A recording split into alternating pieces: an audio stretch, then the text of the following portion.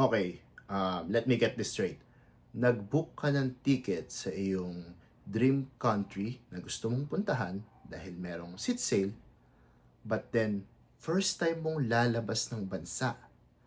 And ngayon, nagpapanik ka, di mo alam kung paano mo sisimulan yung pagpe-prepare para sa trip na to.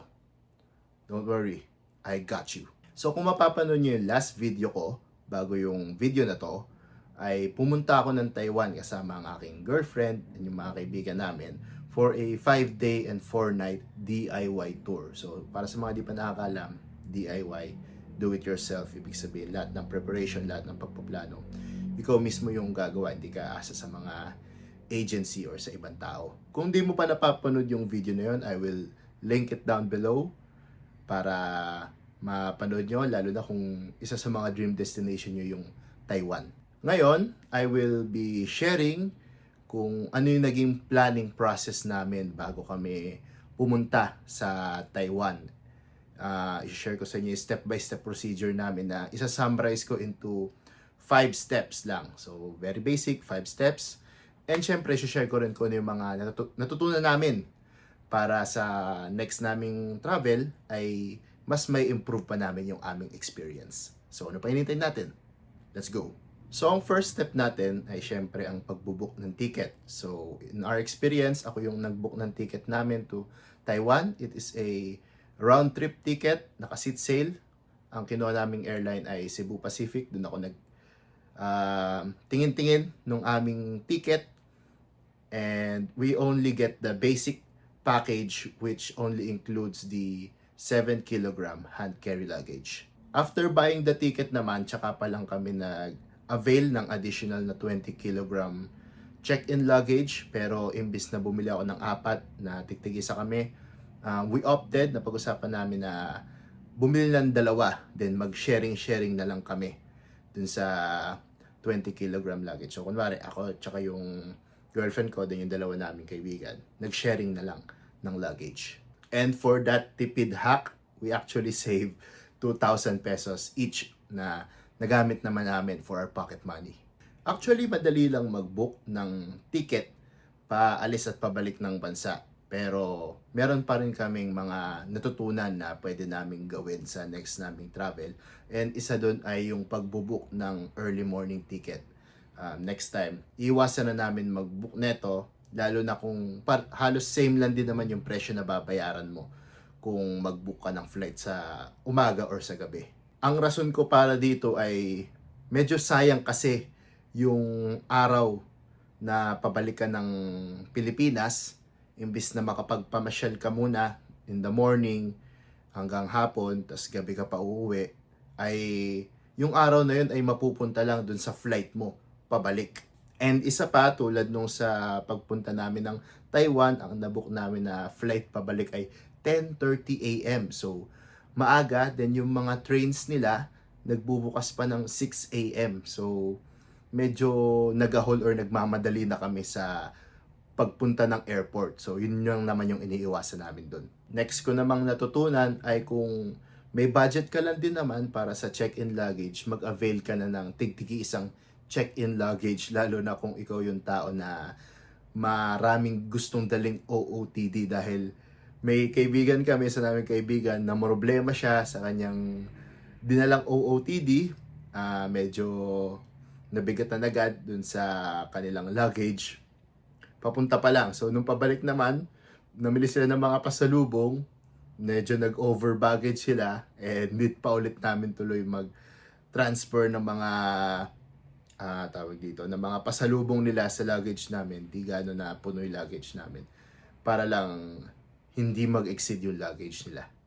Lastly, don't forget to compare the prices ng iba't ibang airlines, lalo na baka nagkakaparehas lang or baka mas mura pala yung presyo ng airline na to kaysa sa airline na pinagbilan mo ng ticket. And yun din yung aking unang gagawin sa next namin na travel, mag-check ng ibang airlines. Okay, so nabook na natin yung ticket. Ang step 2 ko naman is yung budget allocation. So, magkano ba yung willing mong spend para sa travel mo? Marami rin kasi ako nakikita mga videos na yung mga tinatawag na budget travels. Wala namang masama doon, lalo na kung medyo gipit or gusto mo lang talagang makapag-travel. Kasi meron na nakikita, nakapag-travel sila in just 15,000 or 20,000 peso budget. Siguro nakakuha rin sila nung mas murang mga ticket, lalo na yung piso sale ni Cebu Pacific. Sobrang hirap makakuha nun, pero kung nakakuha ka nun, sobrang tipid. So, mas malilesen yung budget na kailangan mo sa pag-travel. And bakit ito yung step 2 ko? Kasi kapag napag-usapan na natin kung ano yung budget na willing tayong spend, ay mas maging flexible tayo dun sa mga gusto nating puntahan or kainan or mga bibilin dun sa bansang pupuntahan natin. Pero syempre, kung may budget ka na lang din naman, I suggest na don't cheapen out on yourself. Always remember na di mo alam kung kailan yung next mong makakapunta dun sa bansa na pupuntahan mo. So, maximize mo na kagad. Tulad kami, we targeted a 30,000 all-in budget in Taiwan. And for that, ay na-experience naman namin yung mga pwede naming ma-experience sa Taiwan without cutting na tinitipid namin or kumbaga tinitipid namin yung sarili namin. For my third step naman, ang una kong ginagawa kung after ko mag-book ng flight, after namin pag-usapan yung budget, ay yung aming accommodation. So, kasi for me, sobrang importante ni accommodation, lalo na dito maapektuhan yung itinerary na gagawin mo. So bakit nga ba accommodation yung aking inuna? Bakit hindi yung itinerary? Kasi for me, kung makahanap ka nung magandang location ng iyong accommodation, ay mas magiging flexible ka na. Mas mapaplano mo na yung itinerary mo strategically. Mas malalaman mo kung ano yung mga tourist attraction na malapit sa area ng accommodation mo, kung ano yung mas malayo. So, doon pa lang ay mas mabilis mo nang malalaman kung anong klaseng itinerary yung gagawin mo. Ang suggestion ko lang naman sa pagpili ng accommodation, dapat laging malapit sa mode of transportation, any kind of mode, either bus or train, lalo na kung nagtitipid ka. So, pag nag-book ka ng accommodation, meron dalawa, either hotel or Airbnb. So, merong iba't ibang pros and cons yung hotel and Airbnb. Tulad ng sa hotel, kapag mag-hotel ka, syempre, top-notch services, less hassle sa hotel, and kung minsan, meron pang free breakfast. Ang problema nga lang talaga sa hotel is pricey. Kapag naman naisipan mo mag-Airbnb, syempre mas makakatipid ka, pero depende rin sa Airbnb host. Minsan, baka mas hassle yung pag-check-in natin sa isang Airbnb.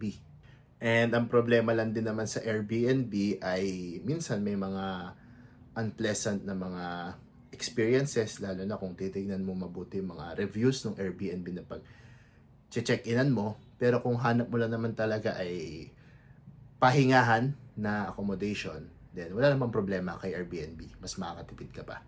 So, nung pumunta kami ng Taiwan, nag-Airbnb kami. Yung Airbnb nga lang namin, nung ay may mga set of instruction para makapasok nung Airbnb. So, wala namang, medyo hassle.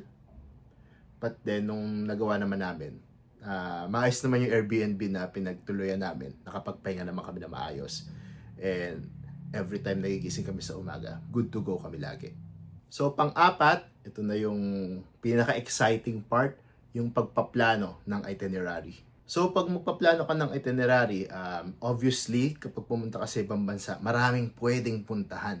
And hindi lahat yun mapupuntahan mo. So, i-list down mo lang kung ano yung mga gusto yung puntahan. I-research nyo na yung mga lugar na mga sikat, na mga libre, or kung may bayad man, yung talagang worth it yung ibabayad mo for the experience dun sa attraction na yun.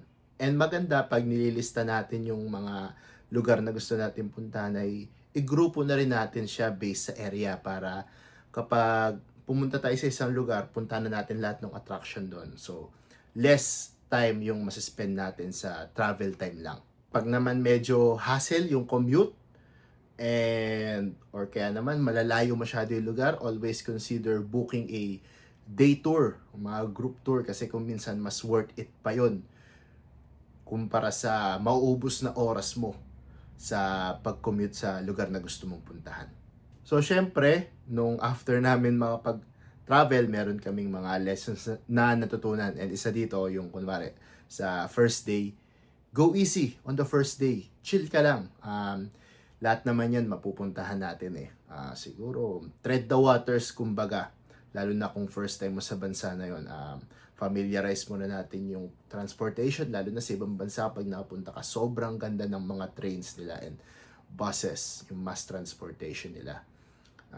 Kung may mga pasalubong, pwedeng mamili ka muna ng konting pasalubong sa first day para hindi ka na naghahabol sa ibang araw. And just conserve yung energy, lalo na kung yung binook mo na flight gabi, tapos sa airport ka nagpahinga, tulad namin, ganun yung nangyari sa amin. So, maganda na conserve your energy on the first day. Wag kang ma-pressure na sabihin mo, sayang yung binayad namin kung di tayo mamamasyal. Siguro, just go on a walk. Mga malalapit lang na attraction, yun lang muna ipuntahan nyo.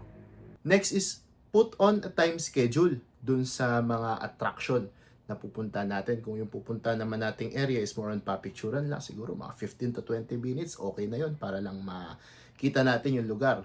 Kung meron namang activities doon, yun, medyo mag 30 minutes to 1 hour yung ating stay doon sa lugar na yon. And syempre, consider din natin kung anong oras sila nagbubukas, kung anong oras sila nagsasara. Then tsaka natin pagtagpi-tagpi yung mga schedule natin sa bawat attraction na pupuntahan natin. And syempre, consider din natin yung travel time in between those places, kasi minsan, kahit na nasa isang area sila, pero magkakalayo pala sila or out of the way lagi yung mga transportation, nauubos yung oras natin sa transportation. Tulad namin, pumunta kami sa Ludong, Taiwan, binisita namin yung Jiangmei Ama Farm, and ang layo pala, wala palang mode of transportation, nilakad namin around 30 minutes makapunta lang dun sa farm na yun para lang makita ng kapibara. In the end din naman kami nakita ng kapibara. Then nag-walk ulit kami 30 minutes pabalik bago pa kami nakasakay ng train papunta dun sa main station ng Ludong, and hindi na kami nakaabot dun sa isang attraction na pupuntahan namin. So yun lang, medyo hinayang yung mga hindi na nila napupuntahan na attraction dahil sa nauubos nating oras sa travel time pa lang. And syempre, include na natin yung mga food places and pasalubong places sa ating itinerary. Kasi syempre, para hindi na tayo naghahanapan pa kung saan tayo kakain. Yun minsan yung problema kapag maghahanapan sa tayo kakain, saan tayo, sige, kahit saan. Tapos, minsan, di pala worth it yung kinakainan natin, di masarap. So, yun. And syempre, sa mga pasalubong, mag-research na rin tayo kung saan yung mga bilihan ng pasalubong na mura. And syempre, yung mamamaximize yung pera na babaulin mo. Ngayon, after natin mabuo ang ating itinerary na parang puzzle per day, it's time to prepare for everything. So, yun yung step 5 natin. Prepare for everything. Last step na to. Pero ano nga ba yung kailangan nating i-prepare? Una, syempre, yung mga required travel documents. So, syempre, mahirap yung nakabook ka na, may itinerary ka na, may accommodation ka na, pero kulang-kulang pala yung travel documents mo. Very ekis yun. Baka hindi ka makalipad nun. Hindi ka pa pasukin nung IO. Yun pa naman yung kalaban natin. Kung minsan yung mga immigration officer, baka i-offload ka, hindi ka patuloyin, hindi ka makapasa. So, dapat, kung ano man yung bansa na pupuntahan, always research kung ano yung mga kailangan nilang travel documents. Lalo na ngayon, pag lalabas o papasok ng Pilipinas, kailangan yung e-travel. Then sa Taiwan, meron din silang sariling arrival card, parang e-travel din. Pagpapasok doon, syempre yung passport natin dapat hindi expired. And ayun, kailangan dapat bago ka lumipad, secured na lahat ng mga travel documents natin. Next, syempre research the weather. Lalo na sa mga OOTD people natin dyan. So, research natin kung maulan ba, kung maaraw ba, para syempre naaayon yung mga isusuot natin sa mga pupuntahan natin. Kasi minsan, tulad nung nangyari sa amin sa Taiwan, ang sabi sa although medyo inaccurate pala yung weather na na-research namin, sabi summer na daw. Pagdating namin doon, ang lamig 14 degrees Celsius. So, panic buying, kailangan natin bumili ng jacket, kailangan bumili ng gloves. So, medyo naapektuhan yung pocket money na baon tuloy namin dahil doon. So, yun lang. Kailangan natin research kung ano yung panahon. And research very well kasi minsan inaccurate. Di lang naman kami na biktima nun. Marami rin kami napanood on social media na gano'n din yung nangyari. Akala nila summer na. So, nagbaon sila shorts, sando, t-shirts. Then pagdating doon, ginaw na ginaw sila. Third, na kailangan mo i-prepare, kailangan natin bumili ng SIM or pocket Wi-Fi. So, nung pumunta kami ng Taiwan, naghati-hati kami for a pocket Wi-Fi. Yun yung means namin para mapag-navigate, makapag-search.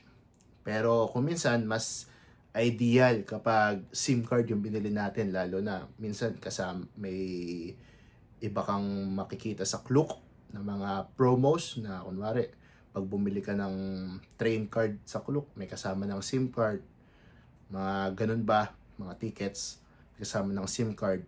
And sayang din yun, maganda rin pag may SIM card ka, lalo na kung paano pag magkahiwa-hiwalay kayo and mawala yung signal nung pocket Wi-Fi, mawala ng battery, malobat.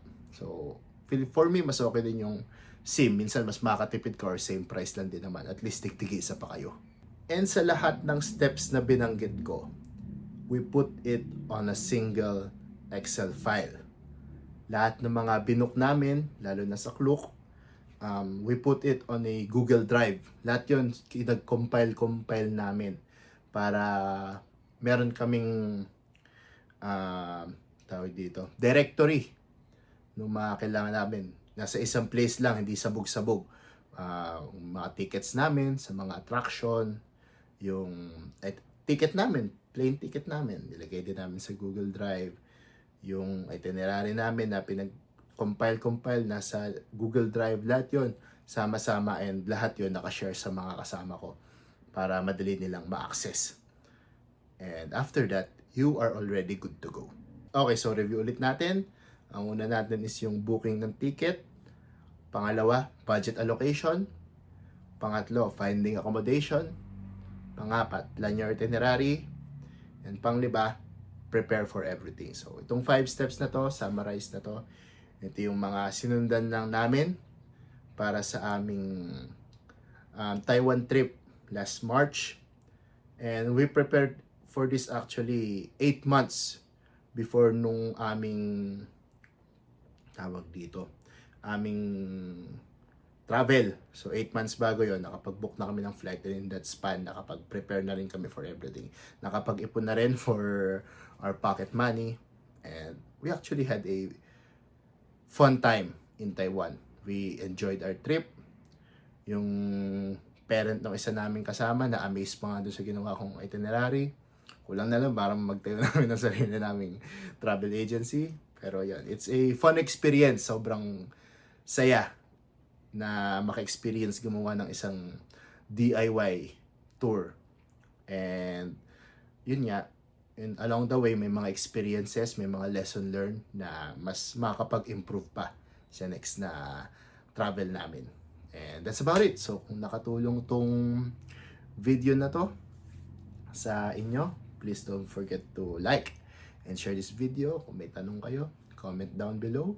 Mag-subscribe na rin kayo sa ating YouTube channel para kung ano mang iba pa naming travel, mapanood ninyo. So, this is Anakin, and see you next time.